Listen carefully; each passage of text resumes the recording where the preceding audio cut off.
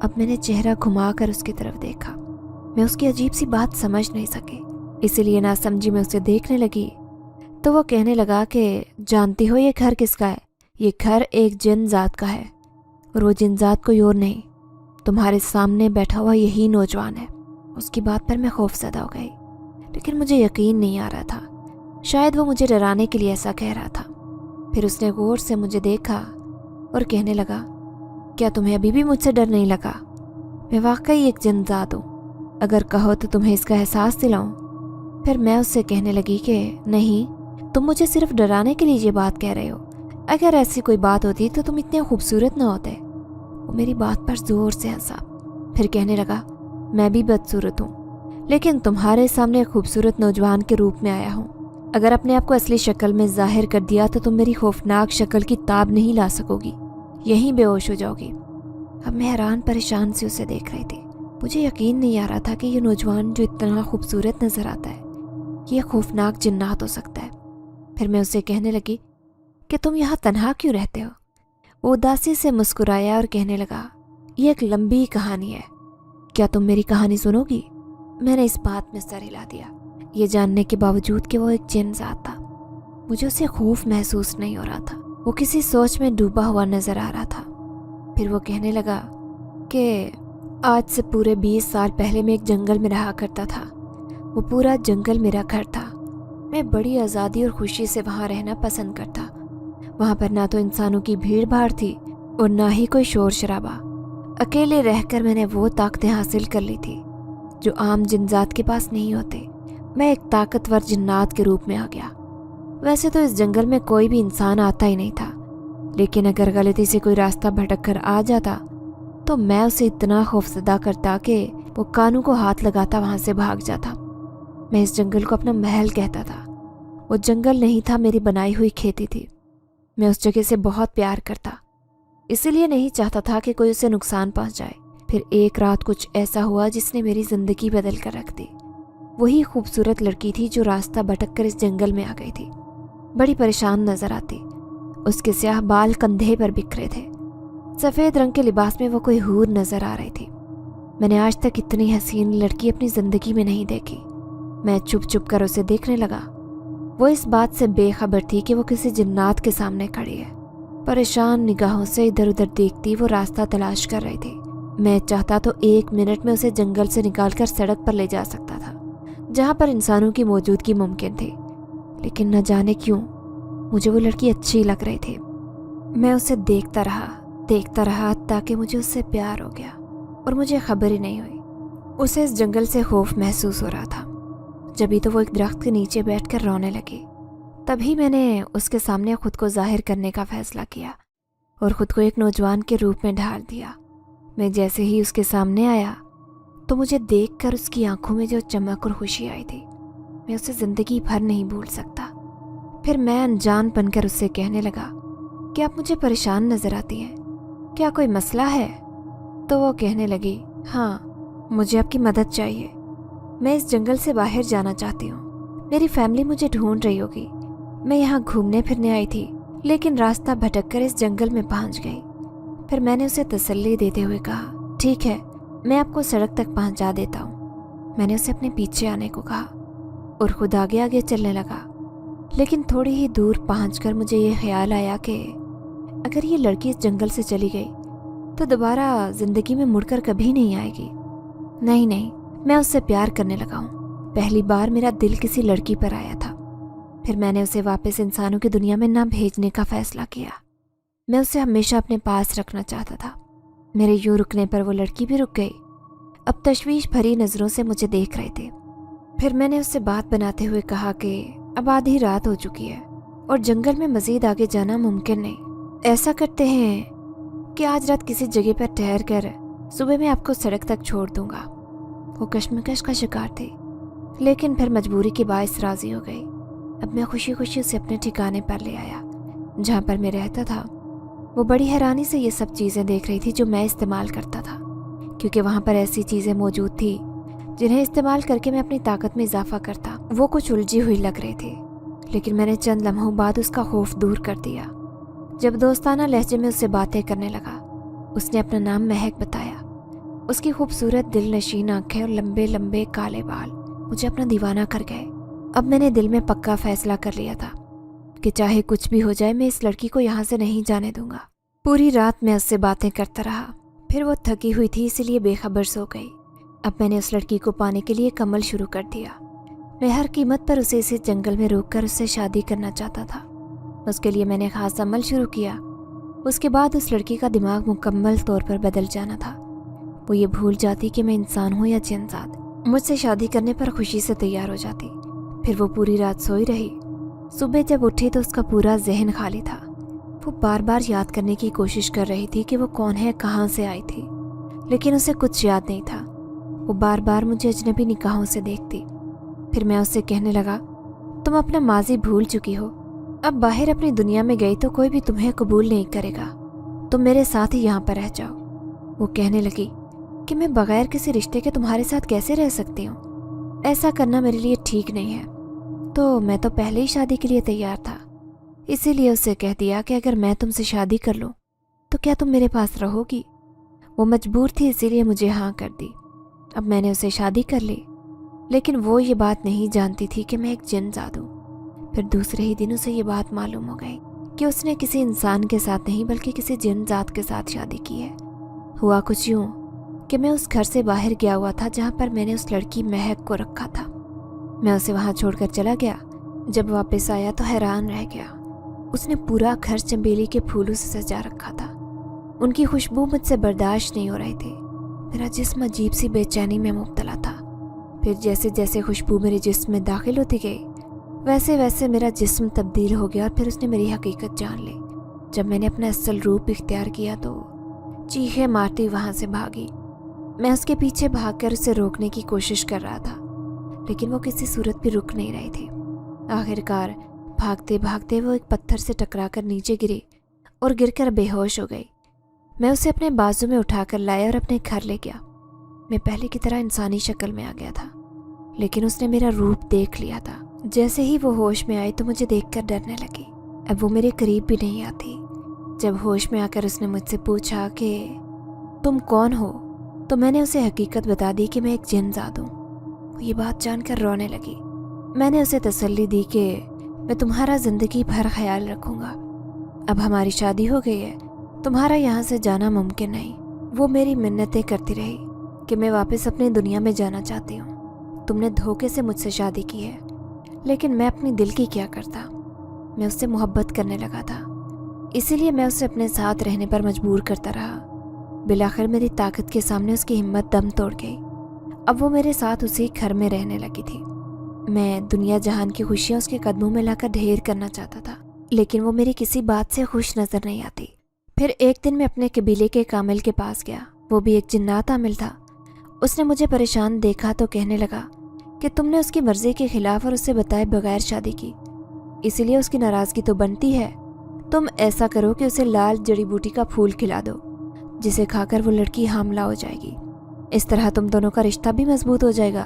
یوں اولاد کی چاہت اسے مجبور کر دے گی، وہ تمہیں چھوڑ کر کبھی نہیں جائے گی۔ اب وہ بار بار اپنے گھر والوں کو یاد کر کے روتی۔ میں اسے تنگ آ گیا تھا۔ ایک دن چپکے سے اس جڑی بوٹی کا پھول اسے کھلا دیا۔ یوں 3 دن بعد ہی اسے اپنا آپ عجیب سا محسوس ہونے لگا۔ جب اس بات کا ذکر اس نے مجھ سے کیا تو میں کہنے لگا کہ ہاں، تم میرے بچے کی ماں بننے والی ہو، اسی لیے تمہارے ساتھ یہ عجیب سا ہو رہا ہے۔ وہ بار بار اپنا پیٹ دیکھتی جو دن بدن بڑا ہوتا جا رہا تھا۔ اسے حیرت تو ہوگی، ظاہر ہے کہ انسان کا بچہ اتنی جلدی بڑا نہیں ہوتا، لیکن جنات کا بچہ بہت جلدی بڑا ہو جاتا ہے۔ پھر ٹھیک 3 مہینے بعد اس نے میرے 2 جڑواں بچوں کو پیدا کر ڈالا۔ میری خوشی کی کوئی انتہا نہیں تھی۔ میرے ہونے والے بچے میرے جیسے نہیں بلکہ اس لڑکی مہک کی طرح خوبصورت تھے۔ میں تو اس کا اور بھی دیوانہ ہو گیا، لیکن میں دیکھتا کہ وہ لڑکی نہ تو مجھ سے کوئی لگاؤ رکھتی تھی اور نہ ہی ان بچوں سے۔ اب میں شدید بے بسی کی کیفیت میں گرفتار تھا۔ میں چاہتا تھا کہ وہ بھی مجھ سے ایسی ہی محبت کرے جیسی میں اس سے کرتا ہوں۔ اب بچے اس گھر میں کھیلتے رہتے، یوں میری زندگی ہنسنے مسکرانے لگی۔ میں تو اپنی زندگی سے بہت خوش تھا، لیکن وہ لڑکی شدید ناخوش دکھائی دیتی۔ پھر ایک دن جیسے میری ہستی بستی زندگی تباہ ہو گئی۔ جب میں اپنے گھر آیا تو وہ لڑکی دونوں بچوں کو لے کر ہمیشہ کے لیے مجھے چھوڑ کر جنگل سے بھاگ گئی تھی۔ میں نے جنگل کا چپا چپا چھان مارا لیکن اس کا نام و نشان نہیں ملا۔ نہ جانے وہ دونوں بچے اور وہ کہاں تھے، کہیں ان کو کوئی نقصان تو نہیں پہنچ گیا۔ یہی بات میرے دل کو صدمہ دے رہی تھی۔ اب میں دن رات اس کی یاد میں روتا۔ کہیں سے بھی کوئی راستہ نظر نہیں آ رہا تھا کہ میں اس کو تلاش کر سکوں۔ میں اس جنگل کو چھوڑ کر اس دنیا میں آ گیا۔ یہاں انسانوں کی بھیڑ بھاڑ میں بھلا وہ لڑکی مجھے کہاں ملتی؟ میں نے اس کی تلاش کے لیے کئی عاملوں پیروں فقیروں کی مدد لی، لیکن وہ لڑکی مجھے کہیں بھی نہیں ملی۔ میں آج بھی تنہا ہوں۔ وہ لڑکی نہ جانے میرے بچے کو لے کر کہاں چلی گئی ہے۔ وہ زندہ بھی ہے یا نہیں، مجھے اس بات کا بھی نہیں پتا۔ میں بڑے دکھی دل سے اس جنزاد کی کہانی سن رہی تھی۔ اس کے ساتھ تو بہت برا ہوا تھا، لیکن میں اسے یہ بتا کر خوش کرنا چاہتی تھی کہ میں اس سے محبت کرنے لگی ہوں۔ اگر وہ مجھ سے شادی کرنا چاہتا ہے تو مجھے اس بات پر کوئی اعتراض نہیں۔ پھر یوں ہی باتیں کرتے کرتے صبح ہو گئی تو اس نے مجھے جانے کا کہہ دیا، لیکن میں وہیں رک گئی اور اس سے کہنے لگی کہ اگر وہ مجھ سے شادی کرنا چاہتا ہے تو مجھے اس بات پر کوئی اعتراض نہیں۔ وہ میری بات سن کر حیرت سے مجھے دیکھ رہا تھا۔ پھر کہنے لگا، میں نے صرف ایک لڑکی کو ہی اپنے دل میں بسایا تھا، اب میں ساری آدمزادیوں سے محبت نہیں کر سکتا۔ وہی میری چاہت تھی۔ میں خاموش سی ہو گئی۔ پھر وہ امید بھری نظروں سے مجھے دیکھ کر کہنے لگا کہ کیا تم مہک کو ڈھونڈنے میں میری مدد کر سکتی ہو؟ میں اس کی محبت میں کچھ بھی کرنے کو تیار ہوں۔ اسی لیے میں نے اسے کہہ دیا، اگر تم مجھے اپنے ساتھ رہنے کی اجازت دو تو میں اسے ڈھونڈنے کی کوشش ضرور کروں گی۔ اب میں جن ذات کے ساتھ اسی گھر میں رہنے لگی۔ پوری رات وہیں سوتی، لیکن صبح اٹھتے ہی میں اس لڑکی مہک کی تلاش میں نکل جاتی۔ سوچنے لگی کہ چونکہ آج سے کئی سال پہلے بھٹک کر وہ جنگل میں گم ہوئی تھی تو یقیناً کسی نہ کسی اخبار میں اس کے بارے میں ضرور چھپا ہوگا۔ اسی لیے میں ایک پرانے اخبار سینٹر میں جا کر ان کو کھنگالنے لگی۔ آخرکار 3 دن بعد مجھے کامیابی ملی جب میں نے ایک لڑکی کی تصویر کے ساتھ اس کی گمشدگی کی خبر چھپی ہوئی دیکھی۔ میں نے وہ اخبار اٹھا کر لایا اور جنزادے کو دکھا کر اس لڑکی کی تصدیق کرنا چاہتی تھی کہ یہ مہک ہے یا نہیں۔ جیسے ہی جنزادے کی نظر مہک کی تصویر پر پڑی تو بے تحاشا خوش نظر آیا۔ میں سمجھ گئی تھی کہ یہ لڑکی ہی مہک تھی۔ تصویر میں بھی وہ بے حد حسین نظر آ رہی تھی۔ نیچے اس کے گھر کا پورا پتہ لکھا تھا۔ میں نے اس جنزادے کو تسلی دی اور کہا کہ میں اس کے گھر جا کر اس کے بارے میں معلومات کرتی ہوں، تم فکر نہ کرو۔ پھر دوسرے دن صبح میں مہک کا پتہ کرنے کے لیے روانہ ہو گئی۔ یہاں سے تھوڑی دور وہ ایک شہر میں رہنے والی لڑکی تھی۔ اس بات کو کئی سال گزر گئے تھے، نہ جانے اس کے گھر والے زندہ بھی تھے یا نہیں۔ پھر میں اس بنگلے کے سامنے کھڑی تھی جس میں مہک کے والدین رہتے تھے۔ جیسے ہی میرے بنگلے کا دروازہ بجایا تو ایک بوڑھے آدمی نے دروازہ کھولا۔ پھر میں ان سے بات بنانے کے لیے کہنے لگی کہ انکل، میں مہک کی دوست ہوں، کیا آپ مجھے مہک کے بارے میں بتا سکتے ہیں کہ اس وقت وہ کہاں ہے؟ میری بات سن کر ان کے چہرے پر پریشانی آ گئی۔ پھر وہ کہنے لگے کہ میری بیٹی تو کئی سال پہلے کھو گئی تھی، نہ جانے اب وہ کہاں ہوگی۔ میں بھلا کیسے بتا سکتا ہوں؟ تم جانتی نہیں، میں نے تو ہر اخبار میں اس کی گمشدگی کی رپورٹ لکھوائی تھی۔ پھر میں ان سے کہنے لگی کہ کیا آپ نے اسے ڈھونڈنے کی کوشش نہیں کی؟ تو وہ لرزتے ہوئے ہاتھوں سے کہنے لگے کہ میں نے اسے بہت ڈھونڈا لیکن وہ نہ ملی۔ تبھی تو مایوس ہو کر بیٹھ گیا۔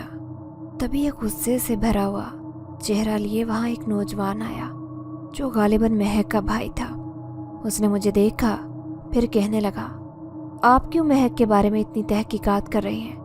برائے مہربانی جا کر اپنا کام کریں، ہم اسے بھلا چکے ہیں، اسی لیے ہمیں اس کا ذکر کرنا بھی پسند نہیں۔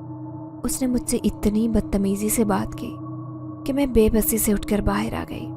مہک کے بارے میں کہیں سے بھی پتہ نہیں چل پا رہا تھا۔ پھر میں مایوسی سے واپس جنزادے کے پاس لوٹ گئی۔ میں نے اسے کوئی اچھی خبر نہیں سنائی تھی۔ پھر وہ سوچ بچار کرنے لگا، مجھ سے کہنے لگا کہ اگر مہک اپنے گھر واپس نہیں گئی تو کہاں جا سکتی ہے؟ خیر، میں آج رات بیٹھ کر ایک خاص عمل کروں گا۔ اس گھر کا نقشہ کھینچ کر پتہ لگاؤں گا کہ مہک اس گھر میں موجود ہے یا نہیں۔ کہیں اس کے گھر والوں نے تم سے جھوٹ تو نہیں کہا؟ میں اس کی بات پر چونک گئی۔ یہ تو میں نے سوچا ہی نہیں تھا۔ پھر جیسے ہی اس جنزادے نے عمل کیا تو وہ گویا آگ میں جلنے لگا۔ اس کا چہرہ بہت خطرناک ہو گیا تھا۔ پھر غصے سے مجھ سے کہنے لگا کہ میرا عمل کامیاب ہو گیا، اس کے گھر والوں نے ہم سے جھوٹ کہا ہے، مہک اسی گھر کے ایک تہہ خانے میں رہ رہی ہے۔ او خدایا، اس کا مطلب کہ اس کے گھر والوں نے اسے تہہ خانے میں قید کر کے رکھا ہوا ہے۔ مجھے ابھی اور اسی وقت اس تہہ خانے میں جانا ہے۔ وہ بری طرح سے مشتعل ہو رہا تھا۔ میں بھی خوفزدہ تھی کہ کہیں وہ کسی کو نقصان نہ پہنچا دے۔ پھر میں اس سے کہنے لگی کہ اچھا ہوا اس کے بارے میں معلوم ہو گیا، لیکن تم نے بہت احتیاط سے کام لینا ہے، ایسا نہ ہو کہ تمہارے بچوں کو کسی قسم کا نقصان پہنچ جائے۔ پھر دوسری رات ہی اس نے اس گھر میں جانے کا فیصلہ کیا تھا۔ وہ سب سے پہلے اس تہہ خانے میں جانا چاہتا تھا۔ میں نے بھی اس کے ساتھ جانے کی خواہش کا اظہار کیا تو اس نے ایک خاص عمل کر کے مجھے دنیا والوں کی نظروں سے غائب کر دیا۔ اب میں کسی کو بھی نظر نہیں آ سکتی تھی۔ اب ہم دونوں اس تہہ خانے میں پہنچ چکے تھے۔ جنزادے کے ساتھ میں ایک جگہ پر چھپ کر بیٹھی تھی۔ تبھی تہہ خانے کے بوسیدہ سے کمرے سے خوبصورت سی لڑکی نکلی۔ وہ نہایت مزمحل اور کمزور دکھائی دیتی تھی۔ اس لڑکی کو دیکھ کر جنزادے کی آنکھوں میں آنسو آ گئے۔ وہ یقیناً مہک ہی تھی جو نہایت اداس اور پریشان نظر آ رہی تھی۔ اچانک ہی اس کمرے سے 2 خوبصورت بچے بھی نکلے اور مہک سے کسی بات پر ضد کرنے لگے۔ مہک انہیں سمجھا رہی تھی، لیکن وہ کوئی بھی بات ماننے کے لیے تیار ہی نہیں تھے۔ میں حیران رہ گئی۔ وہ یقیناً اسی جنزادے کے بچے تھے۔ اب تو جنزادے سے رہا ہی نہیں گیا۔ وہ اٹھ کر مہک کے سامنے چلا گیا۔ مہک اسے اپنے سامنے دیکھ کر حیران تھی۔ میں بھی چھپ کر انہیں دیکھ رہی تھی۔ اب وہ اپنے دونوں بچوں کو گلے لگا کر رونے لگا۔ پھر اس نے مہک سے کہا کہ میں تو تم سے سچی محبت کرتا تھا۔ اگر میرے ساتھ رہنے کے لیے تیار نہیں تھی تو کم از کم میرے بچوں کو ہی وہیں چھوڑ دیتی۔ مہک نے سر جھکا لیا۔ پھر وہ کہنے لگی، میں ان بچوں کو کیسے چھوڑ دیتی؟ مجھے ان سے وہی محبت تھی جو ایک ماں کو اپنے بچوں سے ہوتی ہے۔ پھر وہ جنزادہ کہنے لگا کہ تم اس حال میں کیسے پہنچی؟ کیا تمہارے گھر والوں نے تمہیں قبول نہیں کیا؟ تو وہ اداسی سے کہنے لگی کہ جب میں بھاگ کر اس جنگل سے یہاں پہنچی تو میرے ساتھ یہ 2 بچے تھے۔ سب لوگ یہی سمجھ رہے تھے کہ میں نے یہ 2 ناجائز بچے پیدا کیے ہیں۔ جب میں نے انہیں بتایا کہ ایک جنزادے نے زبردستی مجھ سے شادی کر کے مجھے اپنے گھر میں قید کر لیا تھا تو کسی نے بھی میری بات پر یقین نہیں کیا۔ سب یہی کہہ رہے تھے کہ میں کسی انسان کے ساتھ بھاگی تھی اور میں نے اسی کے ناجائز بچے پیدا کیے تھے۔ اب گھر والوں کا اصرار تھا کہ ہم تمہیں تو قبول کر لیں گے لیکن ان بچوں کو نہیں۔ ویسے بھی یہ بچے وقت سے زیادہ بڑے ہو گئے تھے، لیکن میں ان بچوں کو کیسے چھوڑ دیتی؟ مجھے ان سے بہت زیادہ محبت تھی۔ اسی لیے جب میں کسی طرح بھی راضی نہیں ہوئی تو میرے بھائیوں اور باپ نے مجھے اس تہہ خانے میں بند کر دیا اور کہنے لگے کہ اگر تم ان بچوں کے ساتھ رہنا چاہتی ہو تو تمہیں دنیا والوں کی نظروں سے چھپ کر رہنا ہوگا۔ ہم دنیا والوں کے طعنے برداشت نہیں کر سکتے۔ یوں انہوں نے مجھے ان بچوں سمیت یہاں پر قید کر دیا۔ وہ ہر مہینے اس قید خانے کا دروازہ کھولتے ہیں اور میری ضرورت کا سامان یہاں پھینک کر چلے جاتے ہیں۔ ہاں، پھر وہ جنزادہ کہنے لگا کہ کیا تم میرے ساتھ دوبارہ رہنا چاہتی ہو؟ مہک اداسی سے کہنے لگی کہ ہاں، اس تہہ خانے کی زندگی سے تو بہتر ہے کہ میں ایک جنزادے کے ساتھ ہی اپنی زندگی گزار لوں۔ کم از کم وہ میری خوشیوں کا تو خیال کرے گا۔ یہاں پر تو میں ایک عمر قید کی قیدی کی طرح رہ رہی ہوں۔ پھر جنزادے نے رات کی رات ہی مہک اور اپنے بچوں کو لے کر وہاں سے اٹھا لیا تھا۔ اب وہ اسے لے کر اسی گھر میں آ گیا تھا۔ میں بہت خوش تھی کہ اسے اپنی محبت دوبارہ مل گئی تھی۔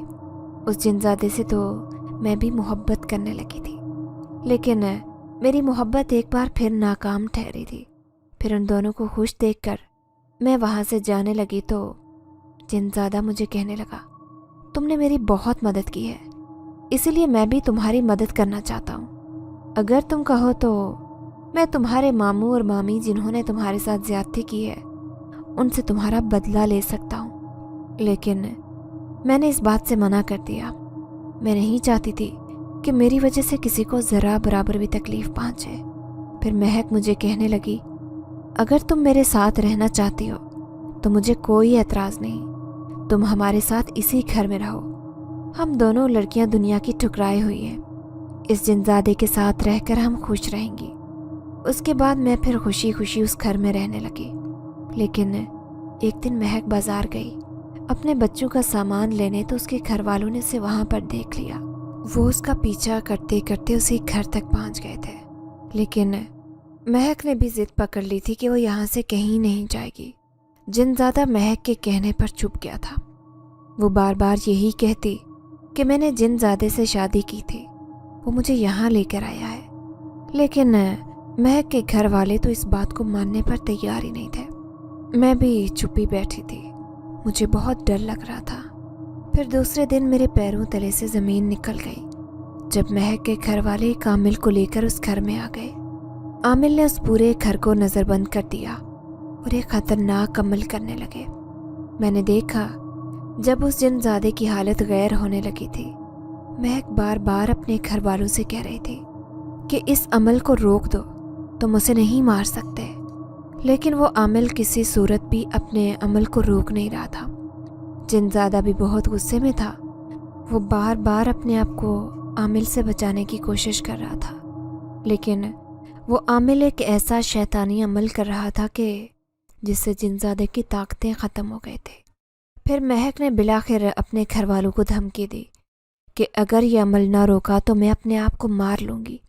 اس کی یہ بات سن کر سب گھر والے حیران تھے۔ پھر عامل کو انہوں نے رکوا دیا۔ پھر وہ عامل مہک کے گھر والوں سے کہنے لگا کہ یہ بچی سچ میں ہی اس جنزادے کے ساتھ ہی اپنی زندگی گزارنا چاہتی ہے، اسی لیے اسے اس کے حال پر چھوڑ دو۔ شاید ان دونوں نے شادی کر رکھی ہے، جبھی تو وہ اتنے مضبوط رشتے میں بندھے ہیں۔ اب مہک کے گھر والے واپس ناکام لوٹ گئے تھے، لیکن اس خطرناک عمل کا اثر جنزادے کی بجائے مہک کی صحت پر پڑا، اسی لیے وہ بیمار رہنے لگی۔ میں دن رات اس کی خدمت کرتی رہتی، جبھی جنزادہ بھی اسے دیکھ کر آنسو بہاتا، کیونکہ وہ اس سے سچا پیار کرتا تھا۔ پھر ایک رات جب اس کی طبیعت زیادہ خراب ہو گئی تو اس نے مجھے اپنے پاس بلایا اور کہنے لگی، اریبہ، اگر مجھے کچھ ہو گیا تو تم میرے بچوں کا خیال رکھنا اور اسی جنزادے سے شادی کر لینا، کیونکہ تم بھی تو اس سے پیار کرتی ہو۔ میں اسے تسلیاں دینے لگی کہ تمہیں کچھ بھی نہیں ہوگا، لیکن وہ کہنے لگی کہ نہیں، میرے گھر والوں نے مجھ پر بہت جادو ٹونے کروا رکھے ہیں، تم نہیں جانتی، وہ پہلے بھی کئی شیطانی عملوں کے پاس مجھے لے کر جاتے رہے ہیں، ان کے خطرناک عمل کا اثر میری صحت پر پڑا ہے، جبھی تو میں بیماریوں کا شکار ہو کر رہ گئی ہوں۔ پھر اس دن اس کی بات سچ ثابت ہوئی، جب ٹھیک 2 دن بعد وہ سب کچھ چھوڑ کر اس دنیا سے چلی گئی۔ جنزادہ پاگلوں کی طرح اس کی موت پر آنسو بہا رہا تھا، میں بھی غمزدہ تھی۔ اس طرح ایک لڑکی نے صرف اپنے جناتی بچوں کی خاطر یہ دنیا چھوڑ دی تھی۔ وہ ان بچوں کی خاطر کچھ بھی کرنے کو تیار تھی۔ اب میں نے زندگی بھر ان بچوں کو پالنے کا فیصلہ کر لیا، لیکن جنزادہ تو ہر وقت مہک کی قبر پر ہی پڑا رہتا، وہ کسی صورت بھی اسے بھلا نہیں پا رہا تھا۔ پھر میں نے مہک کے دونوں بچوں کو اپنے ساتھ لیا اور انہیں لے کر ایک اچھے علاقے میں رہنے لگے۔ میں نے جنزادے سے شادی نہ کرنے کا فیصلہ کیا تھا، کیونکہ میں جانتی تھی کہ اس کے دل میں صرف مہک کی محبت بستی ہے، لیکن ان بچوں کو پال کر میں مہک کی محبت کا حق ادا کرنا چاہتی تھی۔ جس علاقے میں آ کر رہ رہی تھی، وہاں کی عورتیں مجھ سے عجیب و غریب سوال کرتی، مجھے کہتی کہ ان بچوں کا باپ کون ہے، تو کبھی کہتی کہ تم کہاں سے آئی ہو اور تمہارے گھر والے کہاں ہیں، لیکن میں نے خاموشی اختیار کر لی تھی۔ اس جنزادے نے مجھے دولت سے مالا مال کر دیا، وہ میری زندگی بھر کے لیے کافی تھی۔ میں اس دولت سے ان بچوں کو ایک اچھی زندگی دے سکتی تھی، مجھے اس بات کی فکر نہیں تھی۔ آج بھی رات کی تاریکی میں وہ جنزادہ اپنے بچوں سے ملنے میرے گھر آ جاتا ہے۔ میں بھی کبھی کبھی مہک کو یاد کرتی ہوں تو اس کی قبر پر دعا کرنے چلی جاتی ہوں۔ میں جب بھی جاتی ہوں تو اس کی قبر پر جلتی ہوئی اگربتی اور تازہ گلاب کے پھول دیکھ کر مجھے فوراً ہی جنزادے کا خیال آتا ہے۔ یقیناً یہ اس کی سچی محبت کا یقین ہے، جبھی تو وہ ہر وقت اس کی قبر پر ہی دکھائی دیتا ہے۔ وہ اس کی قبر کی ایسے حفاظت کرتا ہے جیسے وہ اس کے ساتھ ہو۔ مہک کی زندگی بھی اس کے گھر والوں نے تباہ کی تھی، اور میری زندگی بھی میرے اپنوں نے کی تھی، جبھی تو میں سب کچھ چھوڑ چھاڑ کر اپنی ایک الگ ہی دنیا بسائے بیٹھی تھی۔ پھر ایک دن راستے میں میرا ٹکراؤ ماموں سے ہوا۔ وہ نہایت بیمار نظر آ رہے تھے۔ میں نے پوچھا تو وہ کہنے لگے کہ تمہاری مامی کو فالج ہو گیا ہے، وہ بستر سے لگی ہوئی ہے، جبکہ عروسہ کاشف سے طلاق لے کر 4 سال سے گھر میں بیٹھی ہے۔ ان کے حالات جان کر مجھے نہایت افسوس ہوا تھا۔ پھر میں ماموں سے کہنے لگی کہ میں جلد مامی کو دیکھنے آؤں گی۔ ماموں مجھ سے پوچھ رہے تھے کہ تم نے شادی کر لی ہے؟ تو میں نے انہیں کہہ دیا کہ ہاں، میں نے شادی کی تھی لیکن وہ شخص مر چکا ہے۔ میں نے شادی کرنے سے پہلے ہی اپنے شوہر کو مار دیا تھا، کیونکہ میں نے زندگی بھر شادی نہ کرنے کا فیصلہ کیا تھا۔ یہ فیصلہ میرا صحیح تھا یا غلط یہ میں نہیں جانتی تھی، لیکن میرا اب انسانوں سے اعتبار اٹھ گیا تھا۔ آج بھی رات کو ہلکی سی آہٹ پر میری آنکھ کھل جاتی ہے۔ یہ آہٹیں میرے لیے اجنبی نہیں، کیونکہ میں اچھی طرح جانتی ہوں کہ وہ جن زیادہ ہے جو اپنے بچوں کی محبت میں انہیں دیکھنے روزانہ میرے گھر آ جاتا ہے۔ محلے پڑوس کے لوگ باتیں کرتے ہیں، مجھے کسی کی کوئی پرواہ نہیں ہے، کیونکہ لوگ تو کسی حال میں ہمیں جینے نہیں دیتے۔